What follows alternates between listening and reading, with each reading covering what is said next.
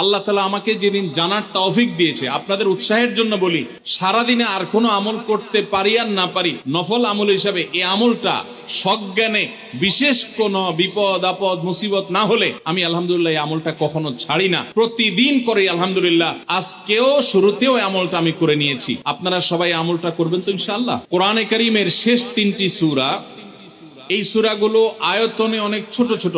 সূরা ইখলাস, যেটাকে আমরা কুল হুয়াল্লাহ সূরা বলি, সূরা ফালাক এবং সূরা নাস, এই 3টি সূরা হলো গোটা কোরআনে যত বিশেষ ফজিলতপূর্ণ বিশেষ মর্যাদাপূর্ণ সূরা আছে তার মধ্যে থেকে অন্যতম।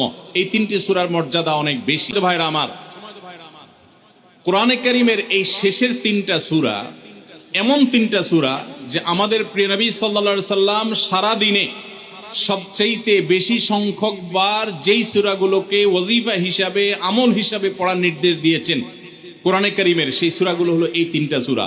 এই 3টা সূরা দিনে এবং রাতে যত বেশি সংখ্যক বার পাঠ করতে হয়, অন্য কোন সূরা এমনকি অন্য কোন দোয়া এত বেশি সংখ্যক বার পাঠের নির্দেশ কোরআনে অথবা হাদিসে কোথাও দেওয়া হয় নাই।